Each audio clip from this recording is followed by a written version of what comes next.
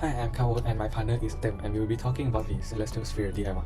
So we have here the celestial sphere DIY of ours, and here we have the celestial equator, which is this edge of this celestial sphere, which is basically the projection of the Earth equator, where we have the Earth at the middle, when the top here is the northern celestial pole and the south is the southern celestial pole, and we project the equator 360 degrees around, and you get this celestial equator.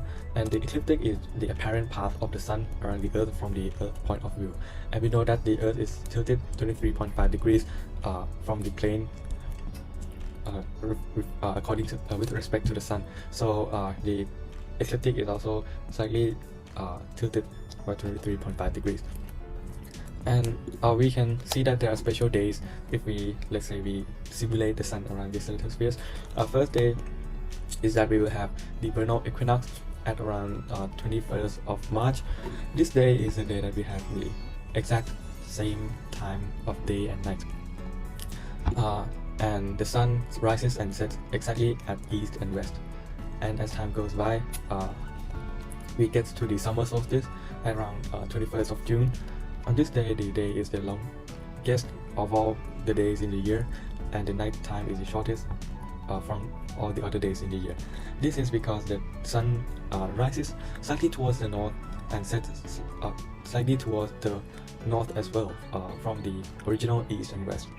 So for the northern hemisphere, this causes longer daytime, and the southern hemisphere vice versa. So we have shorter daytimes. This summer solstice is around the 21st of June. Yeah, as I have already mentioned. So basically at the middle of the year, right during summer. And then as time goes by, we have autumnal equinox, which is the day that we have the same amount of daytime and nighttime again. But in this time, we have it occur during around the 23rd of September, and the sun rises and sets exactly at east and west as it should be once again. And then for the last time of the year, we have the longest night time and shortest daytime for the northern hemisphere, called the winter solstice. Around 21st of December, the sun sets slightly at south to east, and the sun sets slightly at southwest, south to the original west, and then it rises slightly south from the original east. So this causes longer daytime for the southern hemisphere and shorter daytime for the northern hemisphere. Okay, and then we'll get to the next part, which is the equatorial coordinate system. We have two reference points and plane. Actually one reference point and one reference plane. So we have the celestial equator here. When we expand it, we get a plane. Like in this celestial sphere, we can see that there is a plane, and for this plane, everything on this plane has 0 degrees declination. What is declination? Declination is basically the angle above this plane when you measure from the another point, which is called vernal equinox. As we've mentioned, the vernal equinox is the day that we have the same daytime and the nighttime for the first time of the year. And for this day, we set the right ascension to be 0. What is right ascension? If you put your right thumb pointed towards the north celestial pole from this celestial sphere, and if you wrap your finger around this thumb, you will get sort of a turn around this sphere. And this turn, for one turn, we call it 24-hour right ascension. So basically like a day, at 24 hours in the day, 4 hours in the day. And then we can divide it. Let's say 1 hour would be around here from the vernal equinox point. 1 hour, 2 hours, 4 hours, and so on until 22, 23, and 24 hours, which is 0 hours.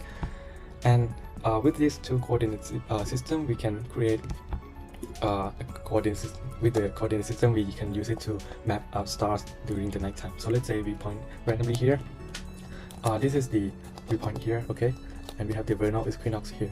So we go around, and it ends up at around 16 hours of right ascension. And for the declination, it is basically how many degrees up from the point of that right ascension and from the celestial plane, celestial equator. So we have around 30 degrees up from the celestial equator when you are facing at 16-hour right ascension. And this is how we use right ascension and declination to mark celestial objects. Thank you very much. horizontal coordinate system. So what can we see in the horizontal coordinate system, which is this model? So you're gonna have the zenith point, the nadir point, the meridian, and you are as the observer in the middle, right? And also we have some altitude and azimuth as the component of the system. And also the last one, which is the horizontal plane, which gonna be very important for us. So since we have learned about the declination, how can we use the declination to include in this model? So I will include my declination, which is this one. So let's say we're gonna get rid of some information, which is the altitude, the azimuths. Yeah. Also, we can get off the zenith point and nadir point as well, like this. And we're gonna take the declination into our model, like this. So as you know that the declination is, which is the angle that you can see the star from the point of view of the equatorial coordinate system, right? So you will see the star tail that traveling from the east to the west, like this direction. Okay, so that one, declination will travel from the 0 degree to 30 degree to 60 degree, something like that, that you can see in the equatorial coordinate system, right? And that degree will change like this, 30, 60, something like that, 90 degrees, something like that. Since it is the angle that you can see the star from the traveling. But the question is, how can you identify and you can tell where should be the declination in your model, right? So that's one. I will show you two steps to get your declination. First, you need to identify the places where you are on Earth. Let's say the important component that we want to know from the places is the latitude. And next, we will draw the component to identify the delta or declinations in the model. So let's say I will give you two examples. The first one is the example that the latitude is where we are here right now, Caris, which have the 13 degree north on the latitude. And another one, which is like the North Pole, which you can see the NCP, which is the very important point on the horizontal coordinate system, which is the North Celestial Pole on your head, like this. This is your plane, right? And you are, oh, sorry. And as you observe it, like here, NCP will be right here. This is at the North Pole. But if you compare to us as Caris, you will are in the same model like this. Sorry for my drawing. But the NCP will be right here, which is 13 degree north, like this. So the North Pole is very easy to observe. So I will choose the Caris as your example. Okay, so right now you're gonna have the NCP as the Caris at this point, right? So the 13 degree north. And after that, what we're gonna know is that the star trail, that is the way where the star travel, is gonna perpendicular with the way from the observer to the NCP. So right now you can see that NCP is 16 degree from the horizontal plane from the observer, right? So at the perpendicular or 90 degree from the NCP is like this one. So you will know that the star will travel from east to this point and go to west like this. So this is where the declination is. So this declination will be parallel to the equator of the Earth and also parallel to the celestial equator as well. So this can define as the 0 degree declinations as this star, right? Something like that. So in the same way, if we think about the North Pole, right? The ACP will be right here at this point. Which is the case of the North Pole, which is the lazy one. Okay, so your declination, the star trail will travel like this way, right? And then this is where your declination equal to 0 degree, like this. So that is the similar one. Okay, next, after we know where is the declination and we can define the declination in the horizontal coordinate system, we're gonna find out another information that is very informative, which is the circumpolar stars. So what is the circumpolar star? The circumpolar star is the star that rises and not set in any time in that night. What happened with that? Why the circumpolar star happened? You can see from my another model. Since you can see that if we consider the star from this one, the A star have the declination equal to 13 degree because it is the point above our head, right? So it is just 13 degree from the celestial equator from the plane, from this plane, right? This is the some geometry trick, something like that. So we know that it is 13 degree.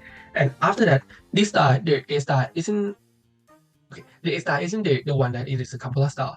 Because the circumpolar star we're gonna consider in this purple area. Why this purple area, right? So you know that every star will travel around the NCP, right? So the NCP will not set from the sky, it's always rise up. And that point is that the star, which is the very near from the NCP, is gonna have that property as the NCP, so it's not set, it always rise. And that area around the NCP, which is this purple area. So how can we identify this purple area for the circumpolar star? We can measure from the NCP and go down to the horizontal plane. How many degree this one? So you know that it's 13 degree, right? It is the latitude from the place that we are. And we can measure another more latitude, 13 degree more upwards like this. So you will know that the range of the circumpolar star is in these 26 degree of declinations. So let's give some example.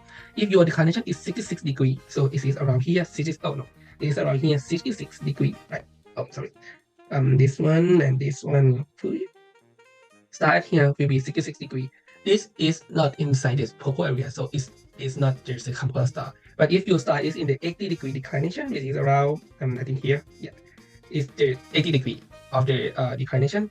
It is right now in the purple area, so this can be considered as a circumpolar star. Also, in terms of this 90 degree, the star under 90 degree we not consider as the 100 or more over than 90 degree, but we will decline the degree down. So let's say this star, the C star, gonna be the star at the declination 77 degree, and that is also considered as the circumpolar star as well. And should be the let's say the outermost of the range that you can see at the circumpolar star. So yeah, I think the video should end right here. Thank you for listening about our equatorial coordinate system and using our DIY model. Thanks.